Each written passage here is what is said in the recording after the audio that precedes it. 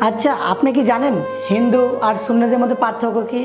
হিন্দু আর সুন্নিদের মধ্যে পার্থক্য হলো, হিন্দুরা মন্দিরে গিয়ে সেজদা করে আর সুন্নিরা মাজারে গিয়ে সেজদা করে। হিন্দুদের আছে লক্ষ লক্ষ মা আর সুন্নিদের আছে লক্ষ লক্ষ বাবা। হিন্দুদের আছে দুর্গা আর সুন্নিদের আছে দরগা। হিন্দুদের আছে ঠাকুর আর সুন্নিদের আছে পীর। হিন্দুরা বার্ষিক পূজা করে আর সুন্নিরা করে বার্ষিক উরুস। হিন্দুরা বলে জয় বাবা আর সুন্নিরা বলে খাজা বাবা। হিন্দুরা নাচে মূর্তির সামনে আর সুন্নিরা নাচে কবরের সামনে। হিন্দুদের আছে প্রসাদ আর সুন্নিদের আছে তবারক। দুর্গা পূজা আর দরগা পূজা, এতে কোনো কম বেশ নেই।